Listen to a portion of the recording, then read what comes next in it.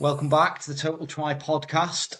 I am on as ever with my co-host Grant, and we are going to step into the world of ultra running today, and possibly put a multi-sport lens on it for you. So, joining us today is someone I've coached for probably just a little over 2 years now. Very becoming very well known in the ultra running world in the UK. It's had some very good success in the short time that we've worked together. It's Caspian James, welcome to the show. How are you? Thanks for having me. Yeah, it's all good. Sun's out. Sun It's is out. spring. I'm in the same part of the world as you today. Actually, I've just ridden my bike through up towards the Horseshoe Pass in North Wales, and it's about as good as it gets here today, isn't it? It's Dreamy. beautiful. So yeah, I think it was actually 17 degrees as I came back down into the lowlands from the hills today. So Oh, I yeah, thought I and was look, going to. I mean, you live in an amazing part of the world, hey, for the sport you do. Snowdonia on your doorstep and the Clywydens. Oh, it's brilliant. I spend a lot of time out there. Clewits especially, just up and down the ridge. But it's nice because you've got the hills on one side, and then if you go east, flatlands of Cheshire, so you get whatever you want. Yeah, exactly. I mean, I think I looked at it years ago from a cycling point of view, and very much chose to live in that area where you can access the mountains very quickly to the west, and then the days you're a bit tired, you can keep it nice and flat. So Yeah, for yeah, sure. it's a playground, isn't it? It's amazing. So yeah. Grant, I guess just to frame the podcast today, so we've got Caspian, who I've coached and obviously know very well. I was on your last major race with you you kept me up all night doing a 300-kilometer race Likewise. in the winter. Grant, on the other hand, you're obviously well aware who Caspian is, but you guys are just met for the first time today. So I think, Grant, I guess Yeah, this leads on nicely from last week's podcast, really, doesn't it? Where we were talking about, how multi-sport can lead into lots of other sports, and I guess for us to deep dive into what is a really growing thing just now with ultra running, and this is probably like quite an interesting podcast for you to be involved in as a coach, hey Grant. Someone that does such extreme distances. 100%, 100%. I remember actually when you were doing that and messaging Phil at the time, asking where you were up to. So definitely had a kind of followed you loosely over the past couple of years. I was coaching an ultra runner myself at the time, so That's it was cool. very interesting. Sorry. I said that's cool. I didn't know that. Yeah, yeah, yeah. So, but yeah, very, very interested to hear what you're doing. I was trying to do some research on you before, so I would be prepared and know what questions to ask you today. And I just mentioned before we went on, you're a very elusive character online. It's as if you've went to the government and been erased from um, I don't know that everything it's. online. Is that the way you like to be? I don't know that it's quite that extreme, but no, I just for years I've just tried to stay away from social media. I see so many people get sucked into it, and deleted Facebook a few years ago. In fact, I didn't have Instagram until maybe a year ago, when I started getting more serious with the racing and figured I needed some way for potential sponsors or other people to contact me and interact with other people. To be fair, that I'd met on my races, but for the most part, I am not or try not to be on social media that much. Just live my life, get on with stuff, keep it clean. Yeah, we were talking just off air. I mean, we're probably going diving straight into the middle of the podcast here, but let's do it. I mean, this whole social media thing, it's huge in triathlon. Everyone's on there. Everyone's posting race reports, photos from the races they're at. And look, I think it's great. It creates, a way of people interacting with each other all the time, but I guess we were going to say this for later in the podcast, but your lack of social media stood out to me when we started working together. And as we go through this podcast, we're going to talk about like some of the training you've done, some of the racing you've done, but one of the big standout things with you was your powers of recovery are absolutely off the charts versus anyone I've ever worked with in the past. It's been a learning curve for me to understand how well someone can possibly recover from doing these things that just, should destroy you and break you down. And one of the early things we discussed about was your simple way of life, if you like, not getting Yeah. too sucked into social media. Where did that all stem from? How come you've managed to get to the age you are without being suckered into it all? It's one of those things where I certainly was when I was younger all over social media, as everyone was. And I think just I realized and saw the people around me spending a lot of time on it. And I just not a, I didn't see a lot of positivity out of it. There is, and certainly are positive stories of people connecting and seeing great things. But I think you spend a lot of time idolizing people's best, and spending a lot of time just scrolling mindlessly. I'm very conscious that I'm doing more and more of that these days. My wife and I desperately trying to step back from that, because you wake up in the morning, first thing you do is pick up your phone, open Instagram. That never used to be me, but now I've got Instagram. It's this hook that you fall into. So trying to be mindful about what you're trying to get out of it, I think is very important. Have you felt a positive with, like you're obviously more integrated within our community now. You're more integrated in the whole ultra running world. You obviously met a lot of people over the last couple of years, especially because you've done quite well. People have, you're sponsored athlete with Precision Hydration. There are reasons why you do need social media, but have you felt the positives of it from a networking point of view as well, and the enjoyment of your sport? For sure, there's a lot of positives there. The networking, getting to meet people, getting to follow along with people's stories, people I don't necessarily connect with, on a regular basis, see what they're up to. But every pro has a con, and the con is that I now wake up in the morning and the first thing I do is open up my phone mindlessly. It's like a habit. So that's why I think you need to be very mindful of how powerful these things are, both positively and negatively. So Oh, they're Have you created in an addictive manner, they aren't are they? meant to be It's addictive. So yeah, yeah, yeah. absolutely. There's been some positives, but I think you've just got to be very mindful of what you want to get out of it. And if it's just a quick check in with some friends, fantastic. But if you find yourself just scrolling, then try and break that habit, because it is an addiction.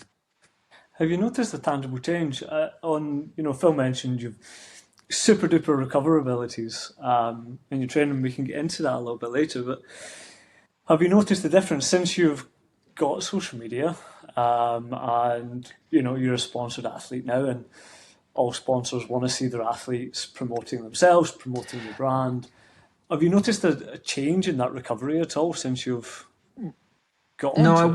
I wouldn't say so, no, because I'm still relatively light touch with the socials. I'm incredibly lucky that both of my two sponsors, Precision and GB Ultras, aren't that interested in the content I create. They've got whole media teams that do that for them. They want to see me perform at my best, and actually just training and getting on with my life is the best way to do that.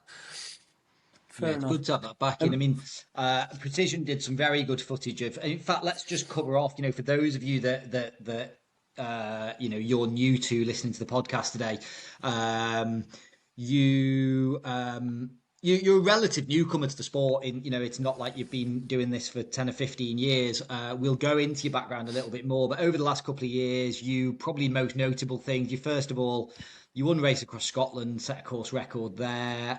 You've done well at Race to the King, which is a race that I think you were second there. You probably most notably, and Precision did cover this very nicely with a media crew, didn't they? You broke the record for a double Bob Graham round. Maybe just tell the listeners that aren't like totally a fail. Yeah. What's a Bob Graham round?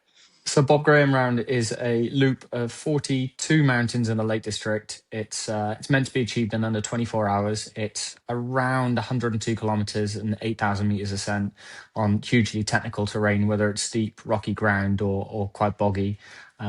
Yeah, you get about 3,000 people do it a year. It's getting increasingly popular, but there's only ever been now 11 people have done a double, back to back, and only three, maybe four of those that have done it in under 48 hours. So that was the challenge there, to try and try and break the record on that.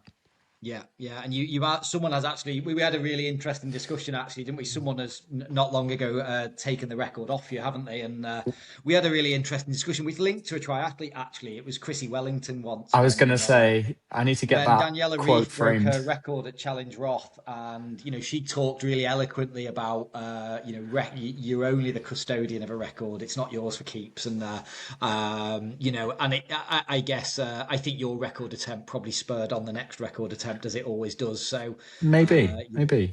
yeah, so. Yeah, and then you've been up against some of the world's best at Trans Gran Canaria, which we'll That get was a into that humbling in experience. well, yeah, but we had a very different pacing strategy that day, and we'll talk about that and how that links to probably some long course triathlon pacing strategies, and again some big success at UTS. So you've had obviously like a crazy couple of years, and you've just won the Winter Downs, which is a 300-kilometer race in December. Around the North and South Downs, which I was lucky enough to follow you around, and we won't get into the dogging stories in the car park on this podcast, but maybe we should. Maybe that's what everyone really tuning in for. So The colour draining from assure Grant's everyone face else is, there. yeah, dogging is a real thing. It does exist. It was discovered whilst waiting for Caspian at a checkpoint. So we just lowered the whole tone of the podcast. Yeah, so being a fairly successful year. So just before ultras, what was the background? So I ran competitively through school, 1500 on track in summer, and then I was part of the cross country team up to quite a high level. But ended up doing a lot more climbing, got really into that, which was in hindsight quite useful because I spent a lot of time both rock and ice hauling heavy packs up and down mountains, and that was a real passion for a long time. Gave me a really strong foundation of just mountain awareness, risk, and operating in tough conditions, especially when it's sheeting it down with snow and -10. Shifted after that to a bit more explosive power in lacrosse. I played lacrosse through university, took that up, and ended up really enjoying that and trying to balance that across running that I was picking up about the same time, but found that the two wouldn't necessarily work just because I was getting beaten bloody on the lacrosse pitch, and then trying to do runs on the weekends was tough. So I ended up dropping the lacrosse and focusing almost exclusively on the running. Did do a whole bunch of cycling through and after uni as well, but ended up again when I really got into running, kind of putting that aside. And now in a funny inversion point where we're coming back to the cycling and saying, actually, this might be a really interesting thing or a really useful thing to help support and bring up my mileage in a safer way. You spoke a little bit about playing lacrosse. Yeah. As you mentioned, an explosive sport, team sport, lots of little sprints. When I was looking through your results, there definitely was a tendency. The longer you went, the better your results got. Was that something going all the way back to when you first started running, your 1500 meters, your cross country? Is that something that you found from a young age? The longer you went, the better you got? Honestly, no. The first time I realised that might be a thing was doing the race across Scotland. We'd signed up, my friend and I had signed up to do, in fact, funny story about how we got into ultras.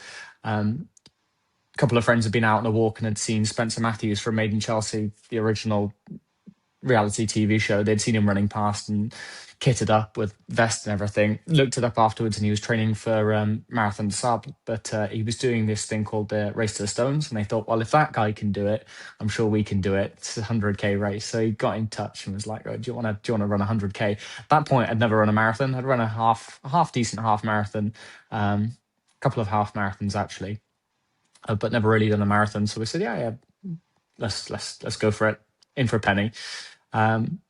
Started training, building up the mileage, worked through a couple of different distances, and then eventually did the Race to Stones. Had a great time on that. Signed up to the Arc of Nutrition straight afterwards. My mate was like, "No, I'm out. 100k's enough for me." Whereas the next day I was like, let's push this further. Signed up for the Arc of Attrition, had a really interesting experience on that, just realizing how tough overnight racing is, and especially in winter. And then finished that, thought, you know what, actually, I want to go for something even longer. Tried to get into race across Scotland, and eventually got a waitlist position. Turned up to the start line with this attitude of, you know what, let's just take it easy. I've never done anything like this. We've gone from 100k to 200 miles relatively quickly. That's really slowed things down. Phil was tempering me here. We'll come on to that more in a minute. The three goals that I always have in every race, and talked about this on another podcast, are almost in reverse order to what most people do. That goal one is to finish. Goal one is always to finish. I'm not paid to do these races. Yes, I've got some sponsors, but they don't. I'm not a professional athlete. So goal one is always to finish, to have a good time doing it. Goal two is to podium. Goal three is to win, and actually do the best that I can. I don't ever want winning to put the race in jeopardy, so that's why I always start with that finishing in mind. And as we were going through Race Across Scotland, we got through to middle of the first night, maybe 2-3 a.m. And it was just me and two other guys. One of them dropped off at a checkpoint, hugely talented runner, dropped off at checkpoint having stomach issues. And then the other two of us just cracked on through the night. And eventually he dropped off and off and off. He wasn't eating very well. And I found myself coming in with a course record. And I thought, well, actually, I was not expecting this. I didn't know that I was getting a course record until about 20, 30K from the end. And it was only at that point that I thought, actually, maybe where I'm best, and have since discovered that I'm best, is late into these races where everyone falls off. Everyone's strong through the first 100k, but my race doesn't typically start until 200k in, and then I just keep trundling. So that's a fairly recent discovery. Very long-winded story for a short point there. Sorry. No, but it's a good story. It's a really good story, and I guess it's about you discovering your abilities that I guess were quite dormant until you go past that 100k, which not many people do, right? Not many people will ever discover that. No, I suppose not. And it's why I'd encourage everyone to give one of these longer races a go. It doesn't have to be 100k. Christ, if you're running half marathons, go and try 50k. The mindset in ultras is totally different. Anything up to a marathon, everyone is really time focused, because a marathon's a marathon. You're typically on road. It's typically quite flat. You're typically against a lot of similar paced athletes. Whereas as soon as you get on trails, it's anyone's game. I could go and do a 50k trail run in Snowdonia, and I could do a 50k trail run down on the south coast. They would be nothing alike, and they might be hours of difference between them. So that's why I'd encourage anyone to go and push themselves and to try something a bit different, because you never know, you might find out you're actually quite good at it, or enjoy it. You don't have to be good to enjoy it. 100%. It helps, And you can't find it out in training. No. You know, you can't do a training session to see if you're any good at these. You know, you do have to go and find out in real time, don't you? So I think another thing, you know, you mentioned sort of your path into ultra there, and I think we started working together just after you'd done Arc of Attrition. I think you'd come 12th. The first time, yeah. Yeah, and it was quite obvious, you know, that's a good race with a good standard field. You sort of know you're working with someone with a pretty good engine. And I remember our very first conversation, and I think this is a point that a lot of people listening to this can probably take on board, is you had all of these things in your mind you were going to do that year. And I sat and listened to them.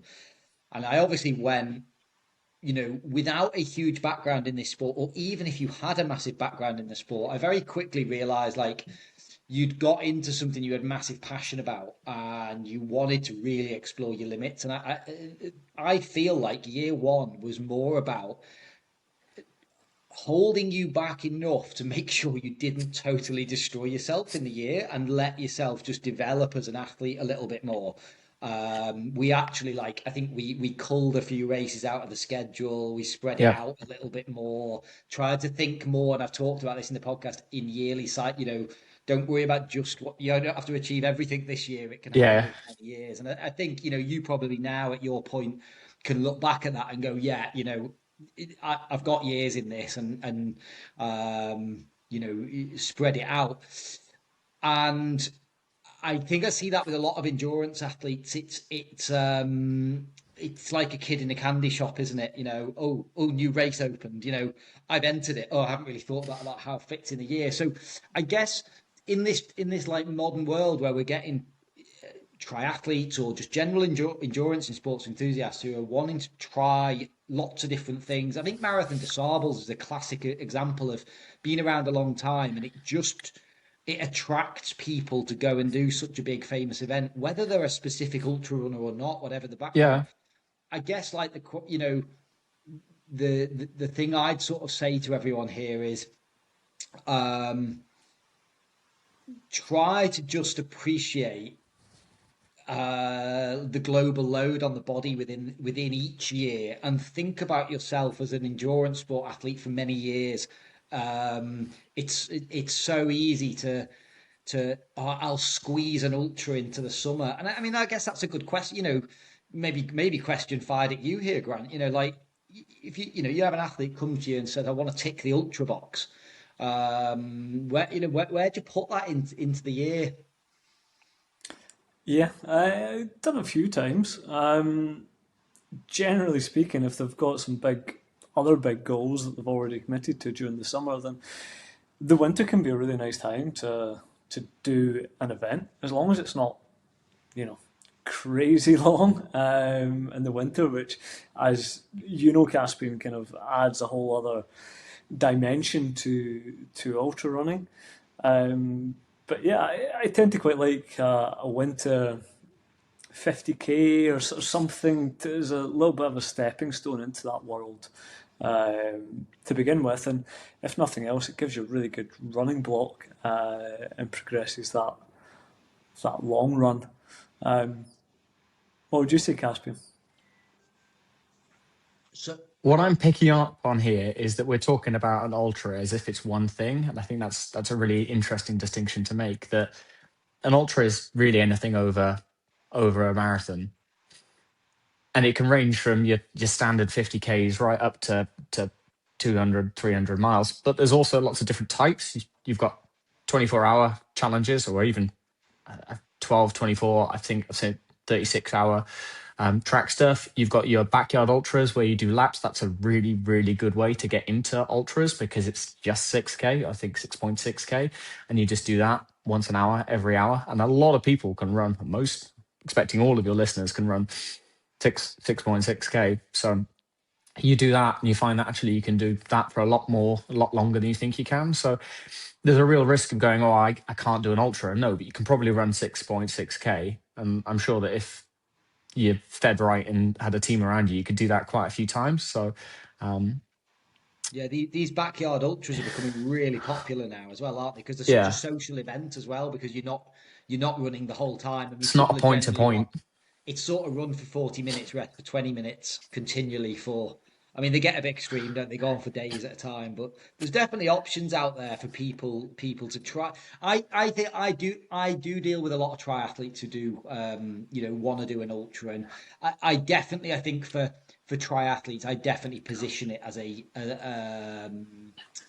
winter thing. Arc of attrition sits really well timed.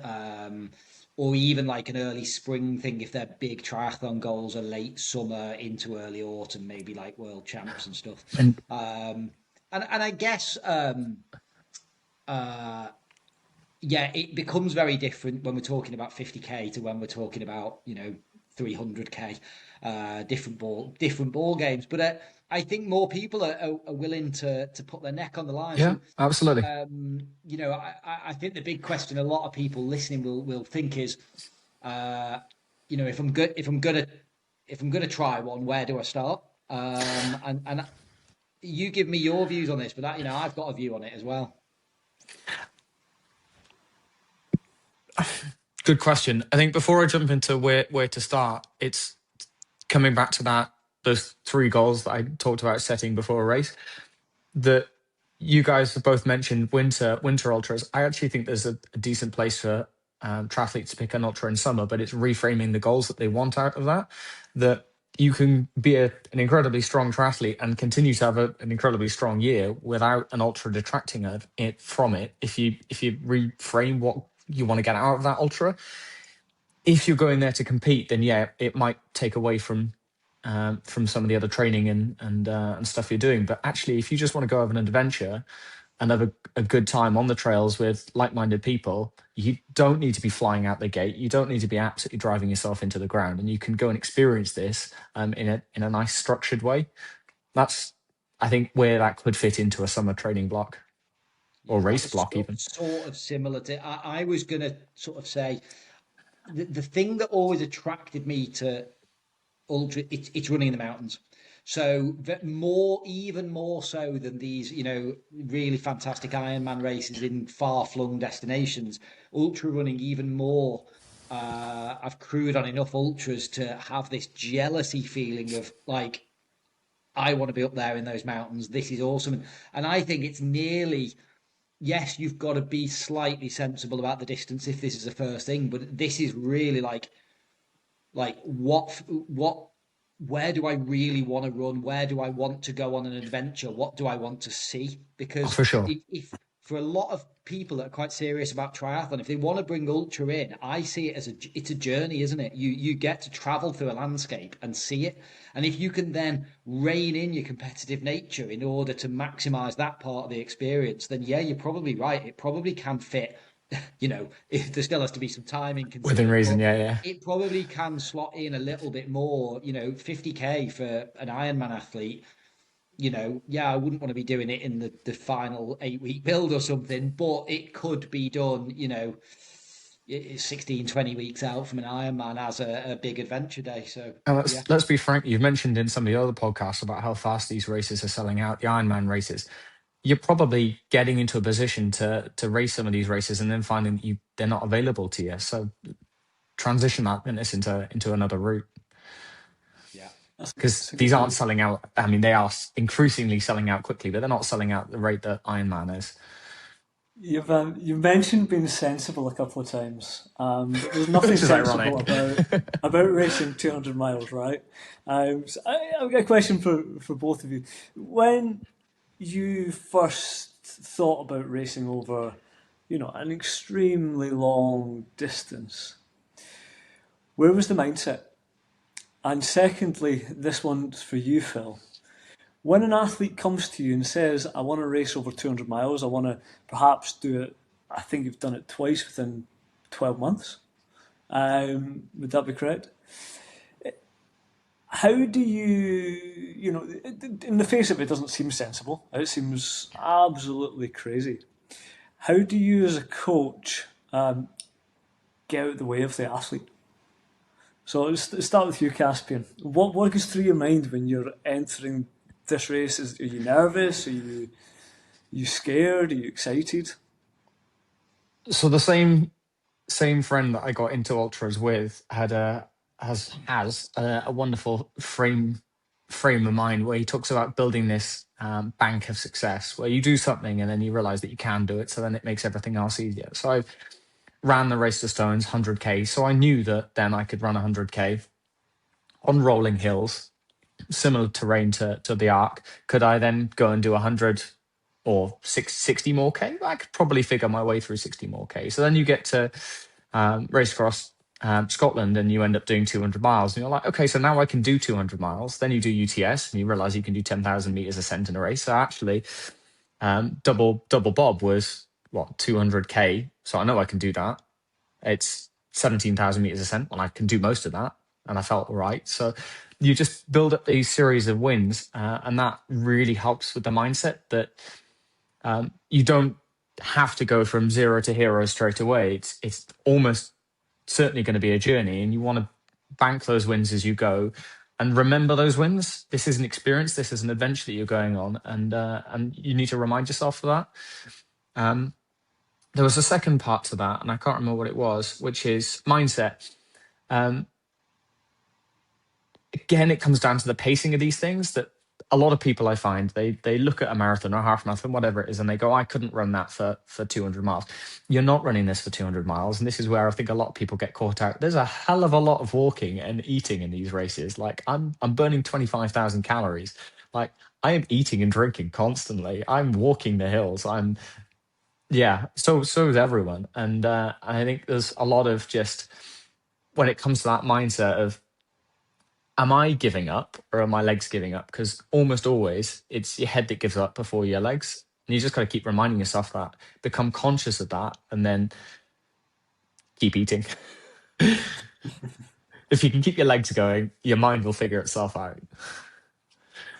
But the Right, key I'm is going to keep your legs correct you on moving. something you've just said there because Go you on. just said you're actually near enough. You're being a little bit modest there to say I'm walking the hills as well.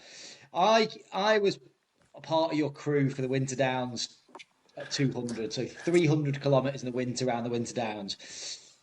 You ran pretty much the entire way. You actually ran harder on the uphills than you were on the flat because you knew the guy chasing you in second wouldn't be doing that. So you basically, I remember you leaving an aid station, and correct me if I'm wrong here, but it was the second midnight. This is how ridiculous this sport is.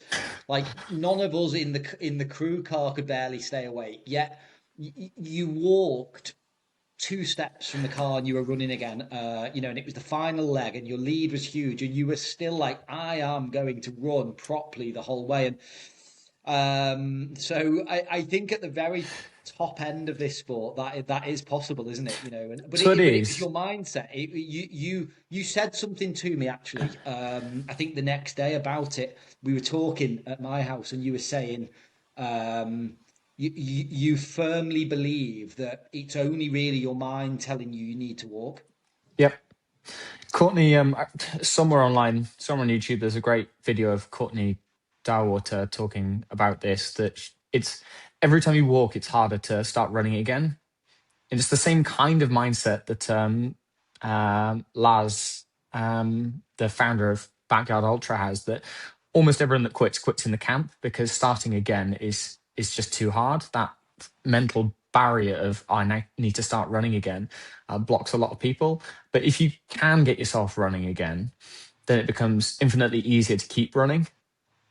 It's why I get frustrated. My wife will call me while I'm on one of these runs, meaning to motivate me, but I have to stop. I have to get my phone out, whatever it is, and then suddenly I'm walking again. You're like, let's just keep running, because once you're running, you can keep running. But it's that stop start that gets you.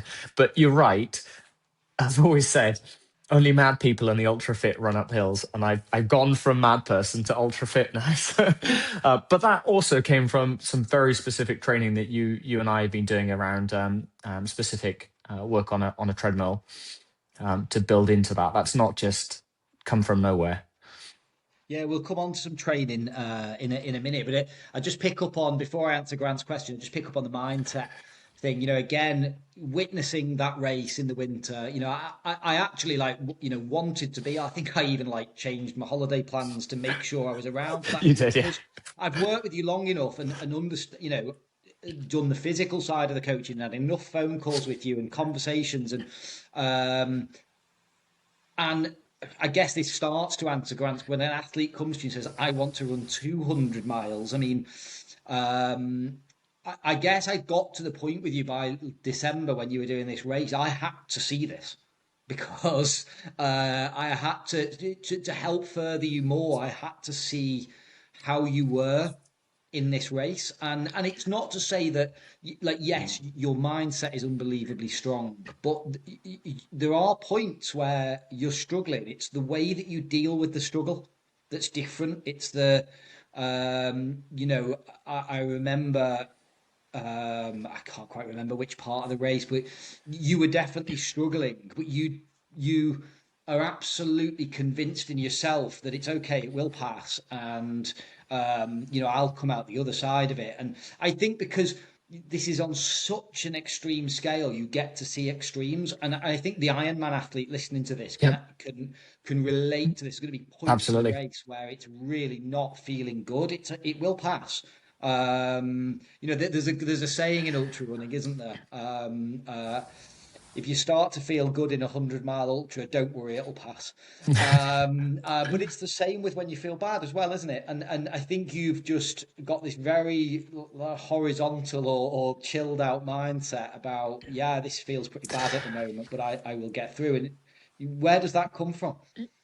I think it's important to recognize that however crap you're feeling, everyone else is going through probably very similar things. That if you're in the rain, everyone else is in the rain. If you're hungry and tired, everyone else is going through the same struggles. Um, and that stopping is only going to give you a temporary reprieve, in that you will feel better in the moment because you're not running, but you will be mad at yourself for months to come that you quit when actually you probably had it in you. And Yeah, that actually, just by keeping going, you're going to finish. Like I said, goal one is to finish. So I'm going to finish this race. It's just how quickly I finish it, because I can walk it in and probably still win in some of these cases because I've built it. Like Winter Downs, I had a 7 hour lead by the end. But you're like, do I want to be on this trail for another 7 hours in the cold, in the dark, or do I want to finish this and have a nice hot drink at the end and feel a bit better about myself? Um, because at the time I felt a bit bad, and oh, maybe I'll just sit down for a bit. It's just like, just get it done. yeah. I think to get back to your question, Grant, I think did you finish the question with how do you nearly get out of the athlete's way? Was that Yeah. yeah? I mean that's a really good way to phrase the question. So let's be clear, right? How many coaches are approached by athletes? I want to run 200 miles. You know when someone's got a bit of a history of doing fairly well over 100 miles and they want to start going longer. I think very much fine. Let's see. It's nearly you can tell in the athlete's mindset from previous races. I don't think I ever doubted you'd be fine. I guess it's more um, uh, the advice, I guess, around pacing, ego. I've seen it. I've seen it with women's racing. I think women are very, very good at ultra running. I think they race with a lot less ego, especially at the start of the race. And this might link well again to long Yeah. course triathlon. You can't win it at the start, but you can lose it. And I know when you went to Trans Gran Canaria, we knew the field was properly world class. I think you came 32nd that day, didn't you? Which 36th, I think. 36th, sorry. But which is an amazing result given up who you're up against. And that was the one day that we said, my only message was let the ego go at the start. Let the race go. You've And got I to pace couldn't. it. I couldn't. I just couldn't. Yeah, but I think but you did. You didn't to start, but you did then back down. You realised how hot the Yeah. place was. You did your own race through the middle part of the mountains, and you came very good at the end. And I think that is all you can do is try to help an athlete learn from a positive. I have a big belief that if you can learn from positive experience rather than because you can learn from both ways, can't you? Positive and negative. Much more powerful to learn from positive reinforcement and have a good outcome. And I guess that's always when you're dealing with someone like Caspian, who, they're doing things that nearly, they're ridiculous. The speed you were running at and the back end of Winter Downs, was pretty amazing. But But to put it in um, perspective, I'm still only running like 6.5, 7 minute kilometers. Like yeah, but you have it, been running for 2 days I've been running with for 42 30 hours at minutes that point. sleep. But I do just want to like temper this. I'm not running like 4 minute Ks at that point. So for someone who thinks it's impossible, that is fast. So yeah, don't let what Phil's saying put you off, because I think it's ultras are accessible to everyone. You just have to temper your expectations from it. Yeah, absolutely. Yeah, and then look, as maybe we move on to how do you train? I think people will be interested to hear it, and sort of how does someone running all those distances and like you said, 6.5, 7 minutes a k at the end, how how do you train for that? And as ever, I think it depends on athletes' physiology, time availability. You've got normal 9 to 5 job, busy guy. You're renovating a house at the moment. You've got another half that you have to have a normal life around it. So I think you're not a big mileage guy. You have had some injury issues. We'll come on to that shortly. And I think we basically Monday to Friday it's a relatively short program and it's focused with quite a bit of intensity. We What we try to do is pick key points of the year to do a block of VO2. You as an athlete that you operate very close to your ceiling. Your threshold is a very high percentage of your VO2. So we do always try to pick times to just make sure that the VO2 is pushed up with VO2 specifics. You're already doing a lot, relatively long runs, all the other things that give you the mitochondrial density and that kind of thing that also help the VO2.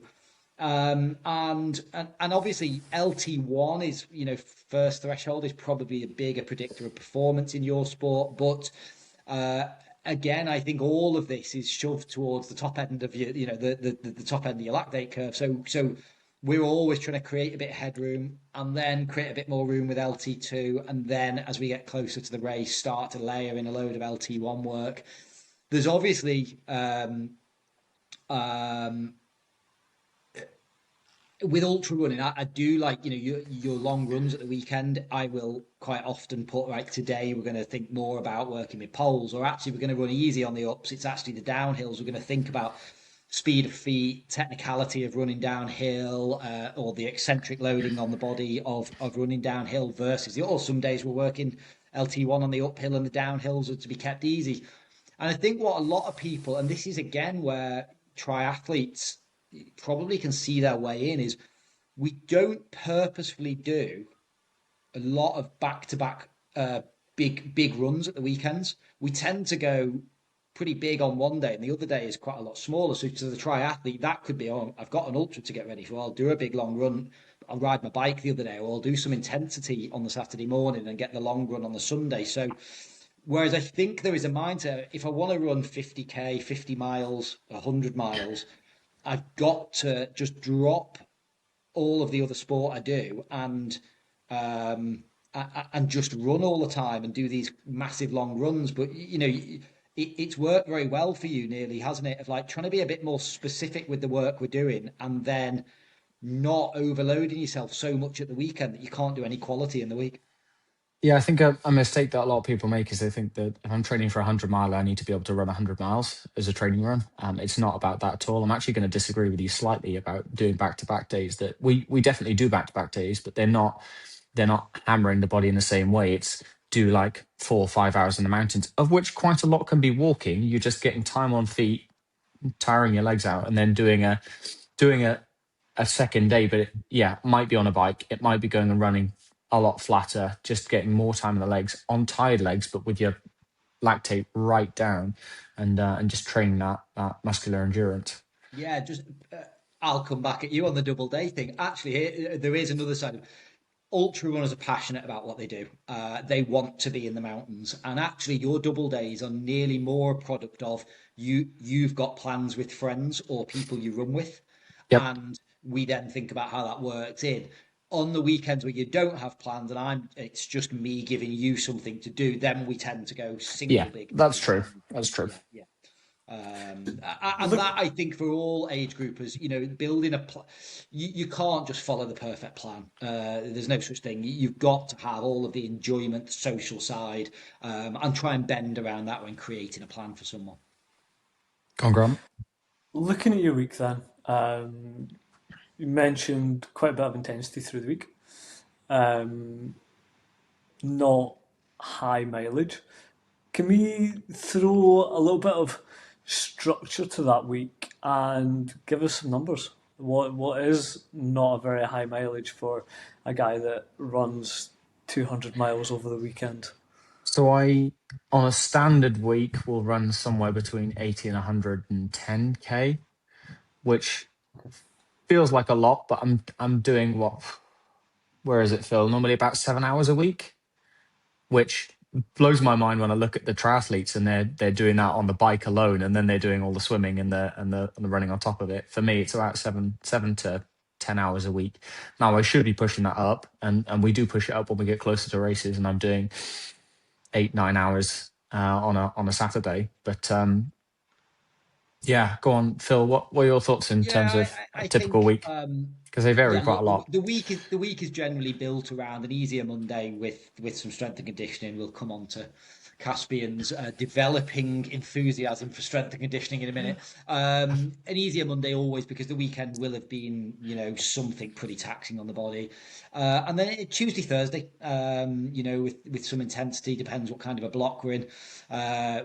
We are starting to sort of like think about building towards races at the moment. So quite a lot of sort of strength endurance work between LT1, LT2, sometimes being specific at one, sometimes at the other. Um, uh, and then maybe if there's a planned high quality Saturday session, one of those Tuesday or Thursdays just is maybe a touch of speed, and that's one thing we do always try and keep in your plan. Just because you run in real long distances, we try to make sure that you are moving quickly. Hill strides, hill reps, 30 on, 30 off, VO2 type session. Nothing that's going to totally destroy the body when we've got bigger goals, but just keeping the fitness in a place. Again, acknowledging that you've got a 9 to 5 job and there are limitations. So using some intensity to always replace the volume. And then, yeah, like you said, I think the weekends really vary. And again, I know when you've had the big project on with your house and stuff, and you've had weekends of that, sometimes life takes over and you do relatively little, an hour's run, and you have to do some. When you're building to major goals, these runs are off the charts, 8-9 hours in the mountains. And an interesting one I'd just like to bring in, because I think this really relates to triathletes. And this took me quite a while to learn. Caspian likes to go on week-long hiking holidays in Scotland, or anywhere, but Scotland tends to where he goes. And my initial thing was, okay, that's great. How, you're not really getting any training done. And I hold my hand up now and go, that's such a wrong thing for me to have thought, because you're hiking pretty briskly, you're out all day, you are exercising, yeah, it's a change of stimulus, but you're out probably doing 6 or 7 hour hikes. the, Yep. the zone one aerobic conditioning of it's so aligned to your sport. But I also just think, for anybody that, off season is a great example. Get into a bit of hiking at the weekends and stuff. Don't undervalue the what it can do at the right moment. I mean, you don't do a week's hiking in general as you're building towards a key race, but it's great foundations, and you're in the mountains and you're enjoying yourself. And um, I think it acts as very good active active down weeks for you. Yep. Um, We use it as a form of recovery. I mean, it's long days, but it's not overly taxing. At least when you've got the strength that we've built up over years. So it's yeah, it's a nice way to get time on your feet, but not do too much damage. Grant, you look like you were going to add something to that, though. No, it was something that I give an athletes quite a bit, particularly if they're doing their kind of first Ironman. Oh yeah. Give them some long hiking days. Because running is a lot of load on the body. You're pounding it, you're breaking it down. And we think about Ironman, especially those that are doing it for the first time or a little bit slower. It's a lot of walking. It's a lot of just time on feet. And yeah, those long hiking days certainly get your body used to just being on your feet for a long period of time, which is essentially what it is, right? Yep. There's an added element with ultras that quite often you're going through um, different weather conditions, and actually just having time in the mountains with your kit is quite useful. You get to know it, to test it, to see how things work, which I think some people can get really caught out by, because a lot of these races they won't change the rate or the race or the route because of the weather. Like if it's wind and rain and hail and lightning, then you're racing and you have to trust your kit. And when you're on your own in the mountains and it's dark and it's cold and it's 3 a.m, do you know when to pull your gloves on and when not to? Do you know when you actually need to get off the mountain safely? That if you don't have that experience in the mountains, can be a bit of a trickier call to make. And you mentioned prior that you learned these things from a history of climbing and being in the mountains regularly when you were Yeah, younger. I was lucky enough that my parents were both very outdoorsy as well. So we grew up walking in the Lake District and Wales. So yeah, from a young age, I've been doing a lot of walking, so it's quite natural. Second Okay, nature to how does someone that doesn't have experience in the mountans the idea of doing an ultra excites them but scares them? How do they get into this? Where do they start? Give us a couple of examples of some nice races that people could look to do that would be feel like low pressure. So one of the things that I did specifically when we were training for, which was it? First one was Race to the Stones, which itself is a fantastic race. Um, we wanted to take as many variables out as possible, and eventually we landed on canals. You don't need to worry about route finding for the most part. You don't need to worry about food and water because there's regular cafes, pubs, shops along the way. Same thing with loos. You don't really need to worry about wind or hills unless you've got a headwind the whole way. Um, and I'm thinking of a couple of the GB Ultras races now that are canal based, and the Thames races. Um, Thames Pass, yeah, yeah. yeah, Thames Pass races that are a fantastic way to actually take away a lot of the variables and just get some distance under your legs in a very structured way or safe way. I'm also thinking of the threshold races. In fact, there's loads of races around, but there's a lot of very well catered for races that cater for beginners. Race to King and Race to Stones, both threshold races. Um, Stick in my mind simply because I've done them both. My wife's doing Race to the Stones this year, but both races they break into. You can either do the 100K in one go, or you can do it over 2 days, or you can pick either of the 2 days and do it as a 50K. So you're running alongside other people who are doing different races, and actually that's a really good way to do it Yeah, I because think the ultra world is becoming very, very observant of the barrier to entry, but they're trying to break that down for people mm, very nicely, yeah. aren't they? Yeah, And then, of course, you've got your track races, your backyard ultras, where again you'd set up a camp, do your 6K, and then chill out. Do your 6K, chill out, and they're designed so that you do 100. I think it's 100 miles in 24 hours, which seems like a long time, but actually, if you're only doing a 6K at a time, it can be very very reasonable. So there's a load of ways that people can get involved. And again, just go out and have a long day in the hills. Go and do some walking. When you realize that you're not trying to aim for like a 4 hour marathon pace, but like just a walk in the hills, you could probably walk 50K in a day if you extended the day out, summer hours maybe, and had enough food. is ultra running a sociable sport? Absolutely. It's a weird one actually because you can spend not the a way Caspian does it. He's often I from was on his going to own, doesn't say he? it's a weird one because you spend a lot of time or can spend a lot of time on your own. But actually, some of the best relationships I've built have been through the night sections, particularly running with people. In fact, both Phil and my wife have to tell me to like it's okay to leave them behind. They'll still like you at the end of this. But you find yourself running alongside people, walking alongside people, and you can stick together and chat for hours because of the nature of these races. And I actually, think people form actually some very, very good yeah, friendships in they ultras, don't do. they end up because it's such an arduous thing. You can spend a long time with someone at the end of a race. I've seen it I'm happen. thinking back to some of these. Yeah. Yeah. Bringing it back a little bit to training, Yes. you mentioned relatively low volume on an average week, 80 to 100k, which I know for some triathletes that sounds like a lot, but in the running terms, it's perfectly reasonable. Mid. Yeah. Do you supplement any of that with riding your bike, any aerobic volume? So no, but I should. So Phil and I have been talking a lot about trying to get more time on the bike, build up that aerobic capacity without putting pressure on my legs. Especially important at the moment because I have a more of a do as I say rather than I do as I do approach to the gym. Um, it's important, but actually I'm not doing anywhere near as much as I should be. Um, and where that's paying me back at the moment is that my aerobic capacity is at the point where I'm kind of injuring myself now. I can run at a reasonably fast pace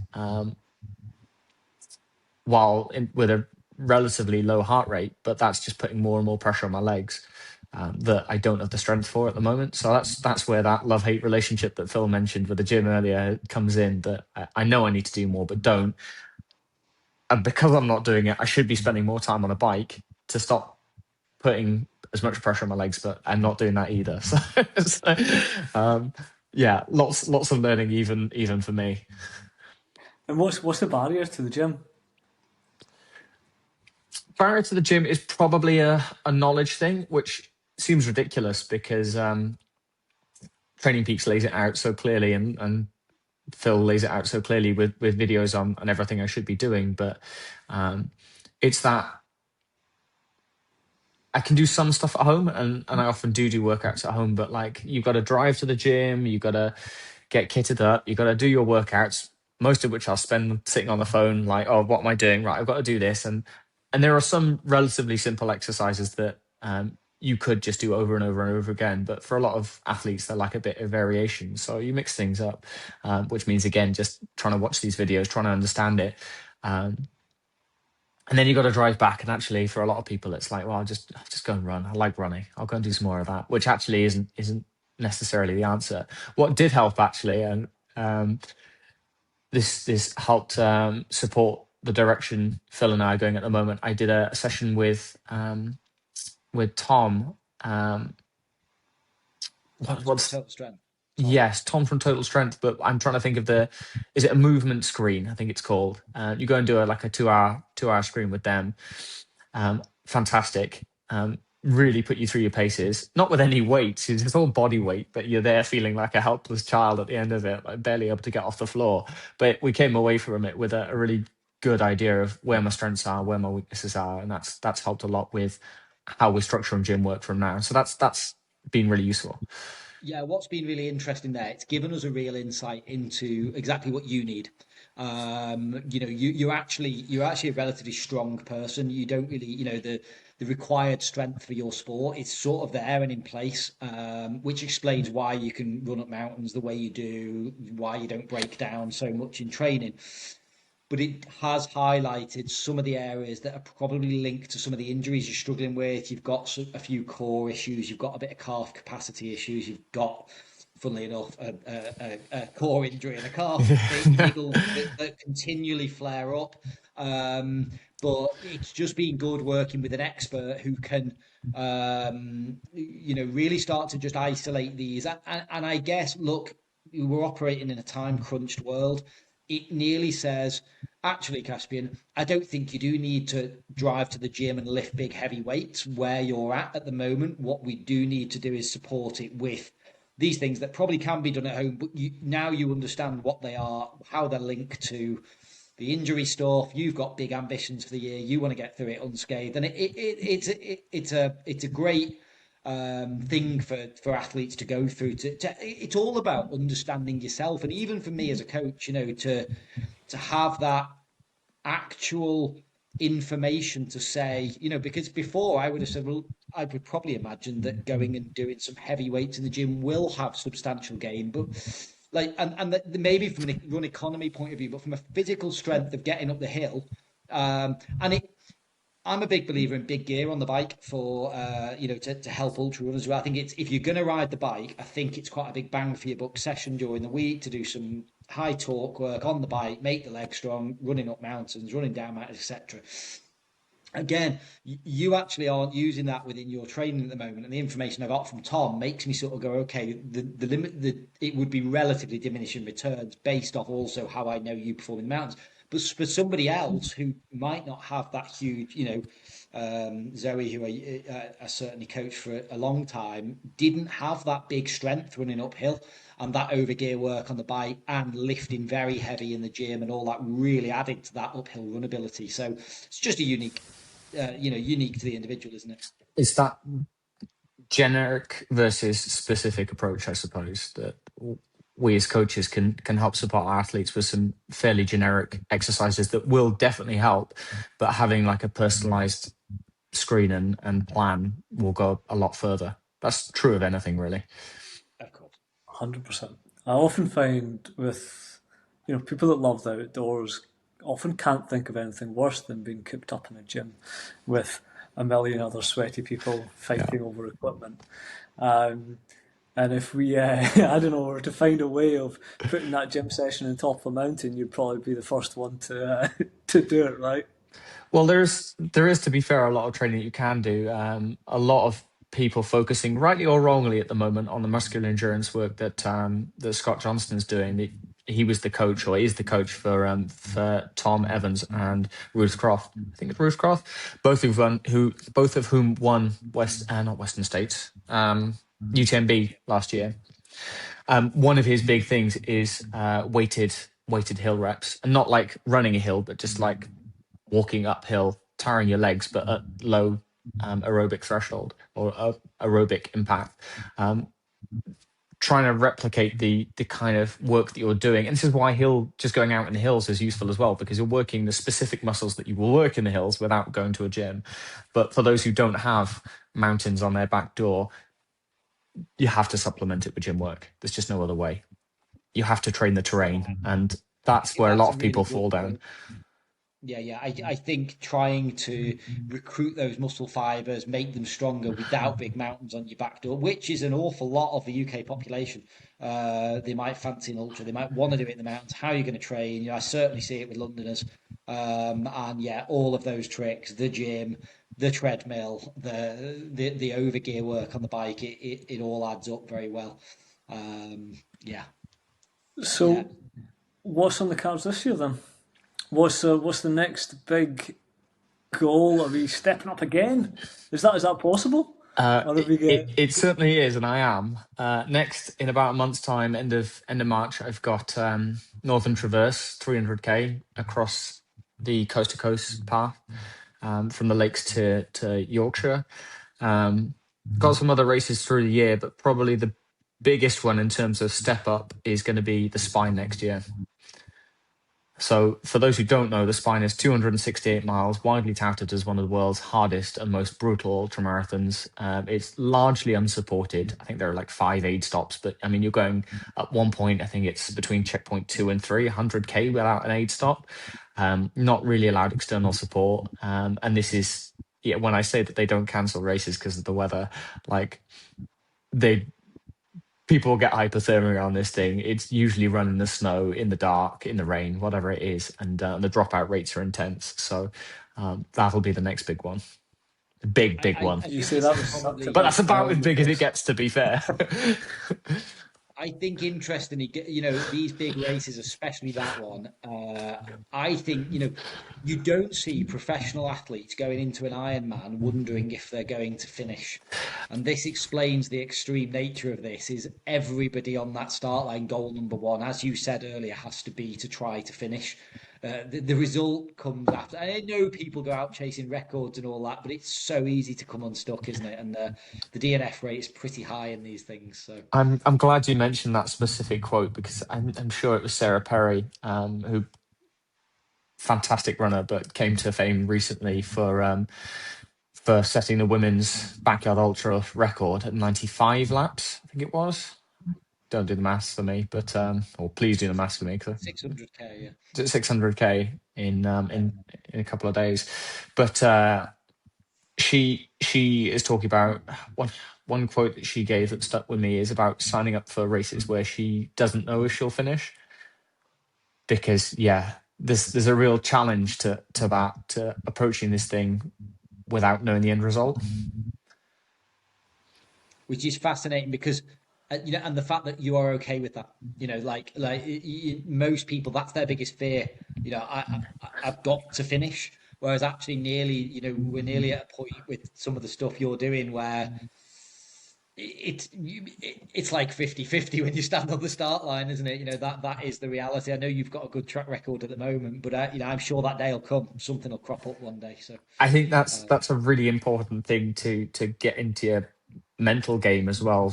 Coming back to what Grant was talking about earlier, it is okay not to finish, and I have to keep reminding myself of that, because everyone has this kind of fear of not finishing, this whole DNF thing. But having not experienced that before, I keep having to remind myself that that's okay, because if I'm not finishing a race, it's because I legitimately can't, because I'm injured or something has gone so terribly wrong that it would be unsafe to continue, rather than because I've just given up on myself. And a lot of people I get think into that's this the biggest this thing, this isn't it? drain that they get unhappy and they blame themselves. They get angry, whatever it is, and like I don't think that's healthy. I think No, that's but a I really think nice way to. you have. Sorry, Grant. I was just going to say, respecting the body and actually the health and safety side of, like, you know, you could put yourself in a dangerous situation doing some of these races if you blindly push through. There is you've got to make sensible decisions, haven't you? And that's what your crew is there an awful lot for in these races. So, Oh yeah, sorry, Grant. Jumped in.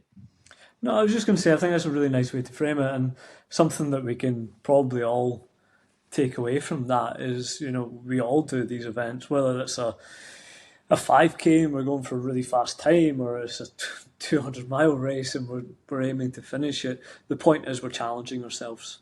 We're absolutely. putting ourselves in an uncomfortable position to try and come out the other end. And through that, we learn stuff about ourselves. We grow as people. And at the end of the day, that's what it should be all about, right? Yeah, absolutely. Absolutely. Well, look, thanks for joining us today. It's been a fascinating discussion, and it's nice to, really like go to these extremes, if you like. And I think everyone, when you listen to, I always think when you see an athlete at the extreme, you learn an awful lot. And working with you has definitely taught me an awful lot. So that's been a great experience. You've What's obviously it taught you? enjoyed How working with quickly us. you can eat a can of rice pudding? I've seen all kinds of things happen with you. I've also been far too close to your feet as well, so we won't talk about your feet. It's too close to dinner time. Yeah. I will just say, Caspian very kindly does send me photos of his feet in the days after the race, so with no warning. So normally at dinner I time. charge a premium for Anyway, those. yeah, you've joined TTT to sort of head up the ultra growth that we're seeing, which is great to have you on board. And I think the number one thing with that was just your massive passion and enthusiasm for it, and I guess the one thing that you bring to it that is such a speciality is yourself and Nat, your other half. Your strategic planning for races is off the charts. Like, Hers well, is. no, sorry, Hers sorry. is. Nat's strategic planning for I races just is turn off up the and chart, run.